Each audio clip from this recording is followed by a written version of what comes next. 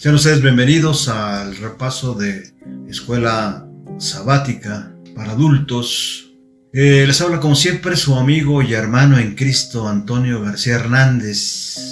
En su canal, Estudiando el Verbo. Les invito para que le den manita arriba y se suscriban.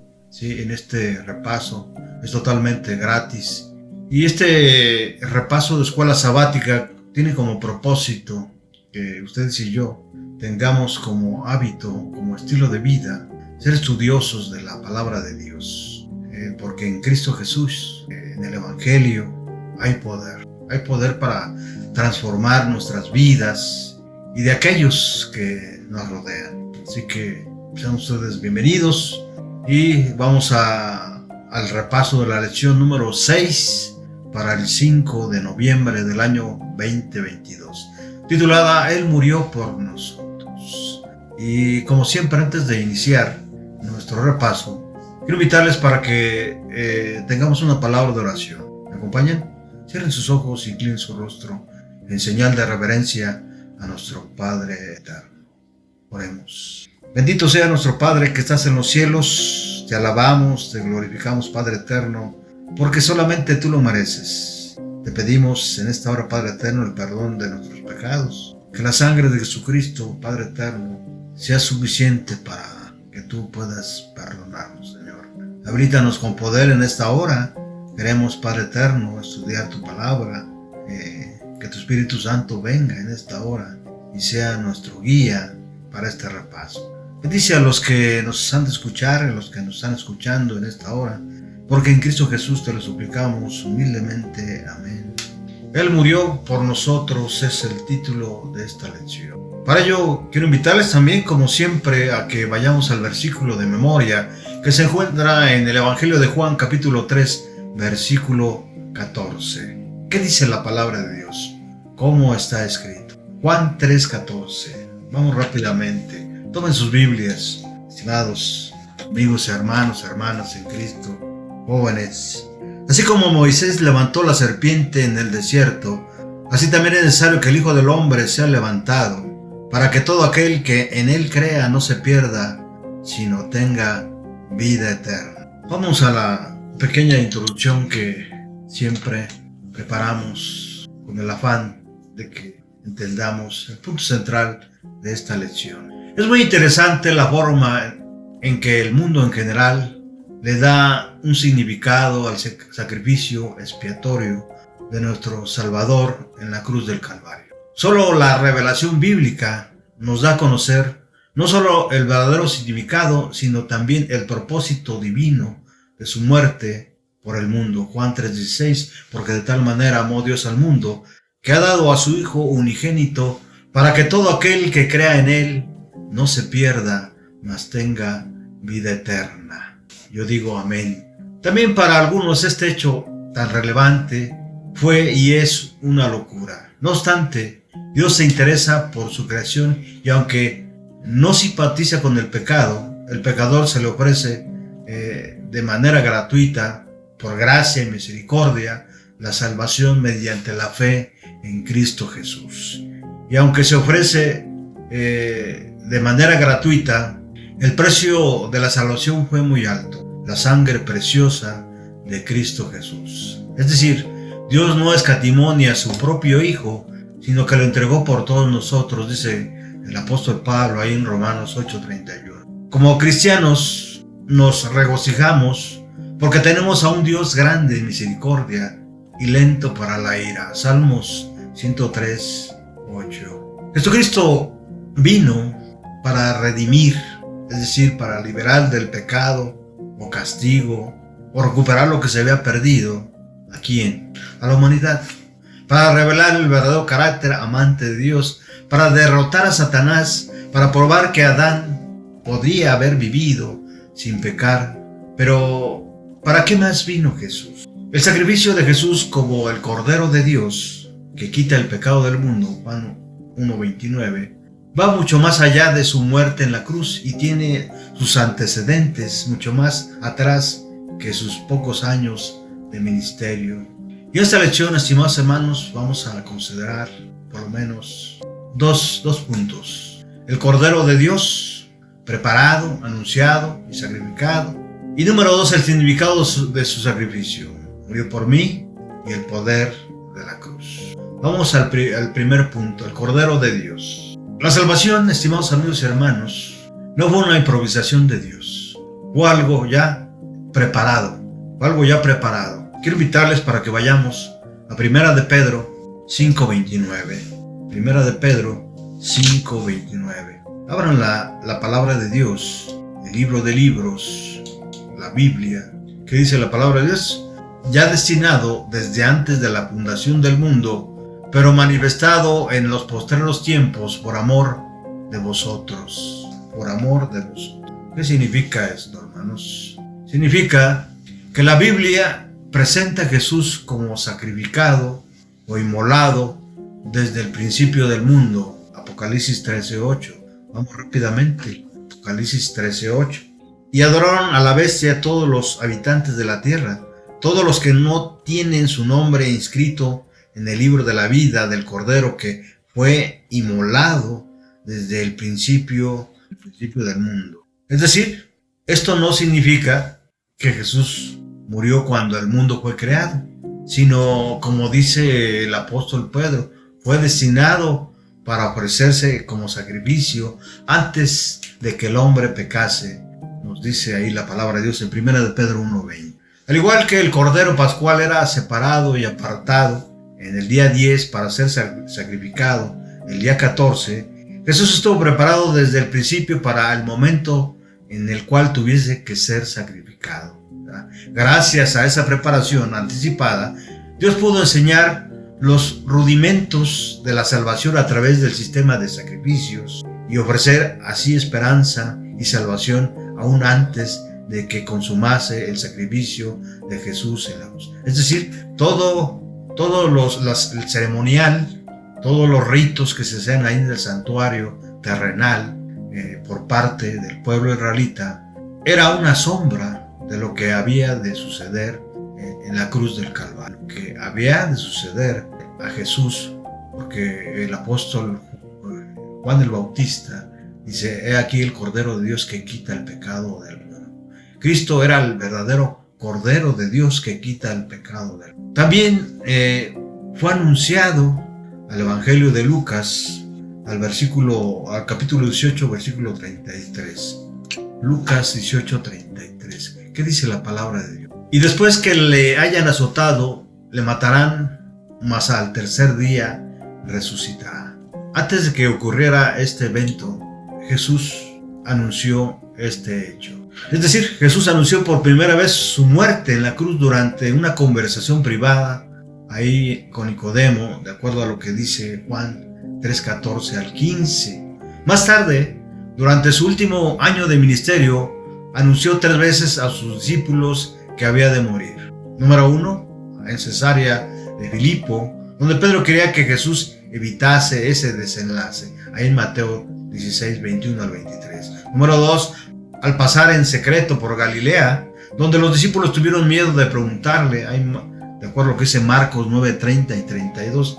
Y número 3, llegando a Jerusalén, donde esta palabra les será encubierta, dijo Jesús ahí en Lucas 18, 31, 34. Sin duda, sus discípulos no estaban preparados para este evento. Sin embargo, era necesario que esto ocurriera para que se cumpliera lo que los profetas habían dicho. El anuncio de Jesús chocaba con la idea de los apóstoles, con el concepto, inclusive de todo el pueblo judío, de un Mesías triunfante. Y les impidió entender lo que se les anunciaba, que debía morir para salvar la humanidad. Ahora bien, otro aspecto del Cordero de Dios es que sería sacrificado. Por eso quiero invitarles para que vayamos rápidamente con la palabra de Dios al libro de libros, a la Biblia, en el Evangelio de Juan, capítulo 19. Evangelio de Juan, capítulo 19, versículo 30. Cuando Jesús probó el vinagre, dijo: consumado es. Luego inclinó la cabeza y entregó su espíritu, es decir, el aliento de vida que Dios había dado al Hijo de Dios, al hombre que nació de María, retornó a Dios que lo había dado. El camino a la cruz estuvo sembrado de humillación y agonía, que Jesús soportó voluntariamente. Filipenses 2:8. Después de inspirar, después de inspirar a los hombres para que crucificasen al Salvador, el enemigo de las almas, o sea, Satanás, los instigó para que tentasen a descender de ella y se salvase. Sin duda, es mejor leer esta cita que decirla sin ver directamente la palabra de Dios. Mateo 27:42. Mateo 27:42. ¿Qué dice la palabra de Dios, estimados amigos y hermanos? Mateo 27:42. Salvó a otros, pero a sí mismo no puede salvarse. Si es el Rey de Israel, que baje ahora de la cruz y creeremos. Sin duda, Jesús podría haber descendido de la cruz, pero no lo hizo. Pero sabía que su salvación hubiera sido la perdición de la humanidad.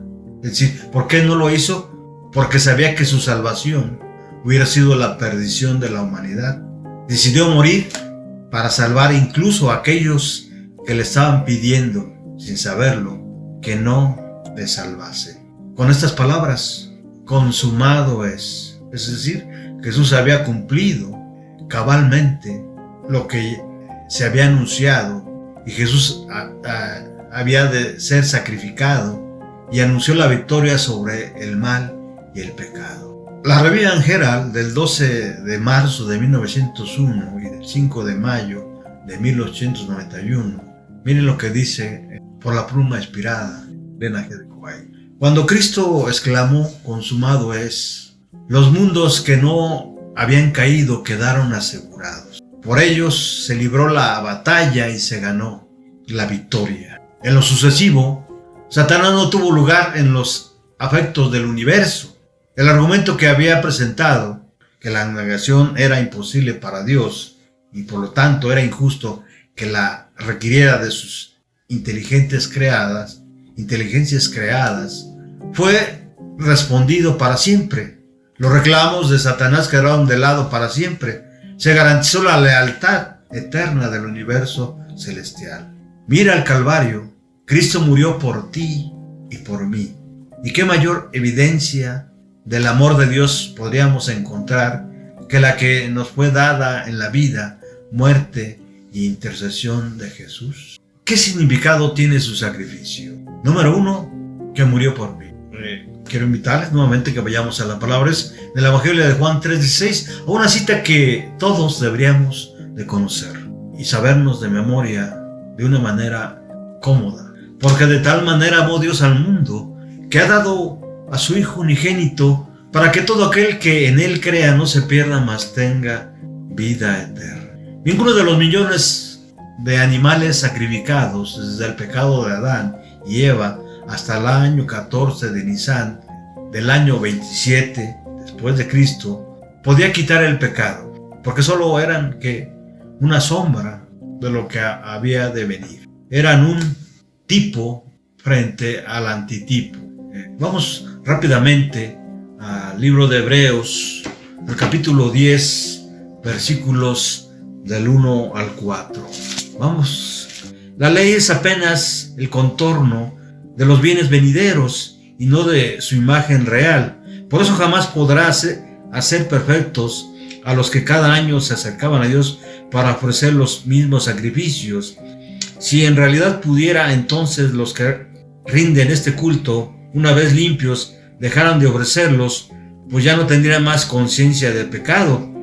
Pero con estos sacrificios, cada año se hace memoria de los pecados, porque la sangre de los toros y de los machos cabríos no pueden quitar los pecados. Todo lo que hacía el pueblo israelita por mandato de Dios, ¿sí?, era solo una costumbre, una ceremonia. ¿Por qué se volvió así? Porque de esa manera ellos creían que se podía quitar el pecado. Sin embargo, el apóstol Pablo, ahí en el libro de Hebreos, declara y aclara los animales no podían quitar el pecado. Solamente el Hijo de Dios, el Cordero de Dios que quita el pecado del mundo. Solo el propio Creador podía ofrecerse como sustituto y pagar el castigo por su pecado, la muerte eterna, como dice el apóstol Pablo ahí en Romanos capítulo 6, versículo 23. Su muerte fue única e irrepetible, suficiente para perdonar cualquier pecado, tanto de los que se cometieron antes de ella como de los que se cometieron después. Vamos rápidamente al libro de Hebreos, capítulo 9, versículos 24 y 28. Hebreos, capítulo 9, versículos 24 y 28. ¿Qué dice la palabra de Dios? Porque Cristo no entró en el santuario hecho por hombres, el cual era mero reflejo del verdadero, sino que entró en el cielo mismo para presentarse ahora ante Dios en favor de nosotros. Y no entró para ofrecerse muchas veces como el sumo sacerdote que cada año entra en el lugar santísimo con sangre ajena. Si así fuera, versículo 26, habría tenido que morir muchas veces desde la creación del mundo, pero ahora al final de los tiempos se presentó una sola vez y para siempre, y se ofreció a sí mismo como sacrificio para quitar el pecado. Y así como está establecido que los hombres mueran una sola vez y después venga el juicio, así también Cristo fue ofrecido una sola vez para llevar los pecados de muchos, pero aparecerá por segunda vez ya sin relación con el pecado para salvar a los que le esperan. Y yo digo amén. Cristo murió por mí, suficiente para perdonar mi pecado, suficiente para perdonar mi pecado. Vamos a esta cita que se encuentra en Hechos, capítulo 10, versículo 43. Acerca de él dicen los profetas que todos los que crean en su nombre recibirán el perdón de sus pecados. Todos los que crean en su nombre recibirán el perdón de sus pecados. Vamos al siguiente aspecto, ¿sí?, de este punto, el poder de la cruz. Para ello quiero invitarles para que vayamos a la Biblia, al libro de libros, en 1 Corintios 1:18. ¿Qué dice la palabra de Dios? Porque la palabra de la cruz es locura a los que se pierden, pero a los que se salvan, esto es, a nosotros, es poder de Dios. ¿Qué significa esto? ¿En qué consiste el poder de la cruz? Número 1, es la revelación suprema de la justicia de Dios contra el pecado. Romanos 3, versículos 21 al 26. Número 2, es la revelación suprema del amor de Dios por los pecadores. Romanos 5:8. Y dice el apóstol Pablo en Romanos 6, 22 al 23, es la gran fuente de poder para romper las cadenas del pecado. Número 4, es nuestra única esperanza de vida eterna. 1 de Juan 5, del 11 al 12. Y por último, es el único antídoto contra una futura rebelión en el universo. Apocalipsis 7, versículos 13 al 17. ¿Merece la cruz adoración? De ninguna manera, ¿verdad? Actualmente algunas familias, o más bien en la Iglesia Católica, se tiene por costumbre y tradición adorar a la cruz, ¿verdad? En sí, la cruz no tiene poder. Sin embargo, tiene un significado. Ese significado se encuentra en el amor, en el sacrificio, en la vida que dio Cristo, ¿verdad? Vamos a terminar, estimados amigos y hermanos, con esta cita de Elena G. de White, que se encuentra en nuestra elevada vocación del 8 de febrero. La perfección angélica, dice ella, fracasó en el cielo. ¿Qué significa esto? Pues sin duda Elena G. de White se refiere al gran engañador. Si no se hubiera rebelado contra Dios, verdaderamente se hablara de una perfección angélica. La perfección humana fracasó en el Edén. Es decir, no solamente la perfección angélica fracasó en el cielo, sino también la perfección humana fracasó en el Edén. ¿Sí? El plan de salvación que manifiesta la justicia y el amor de Dios provee una salvaguardia eterna contra la defección en los mundos que no han caído, tanto como entre aquellos que serán redimidos por la sangre del Cordero. Nuestra única esperanza es la perfecta confianza en la sangre de aquel que puede salvar hasta lo máximo a todo el que se acerque a Dios mediante él. La muerte de Cristo en la cruz del Calvario es nuestra única esperanza en este mundo y será nuestro tema en el mundo venidero. Y con esto, estimados amigos y hermanos, terminamos esperando que hayamos cumplido con nuestro propósito de anunciar, de revelar, de predicar lo que Cristo hizo en la cruz. Él murió por nosotros y su sacrificio, sin duda, no fue en vano. De tal manera que si fuera lo contrario, ¿sí? muchos que hoy por fe creen en el Hijo de Dios no estuvieran predicando. Por eso el apóstol Pablo, ahí en 1 Corintios capítulo 15, se atreve a afirmar categóricamente, ¿sí? lo que sucedió que si Cristo no hubiera resucitado, en vano sería nuestra predicación. Eso afirma ahí el apóstol Pablo en 1 Corintios 15. Cristo murió en la cruz por nosotros y no solamente murió, sino también resucitó para que usted y yo ahora podamos tener esperanza. El Señor les bendiga y nos vemos en la próxima lección. Hasta pronto.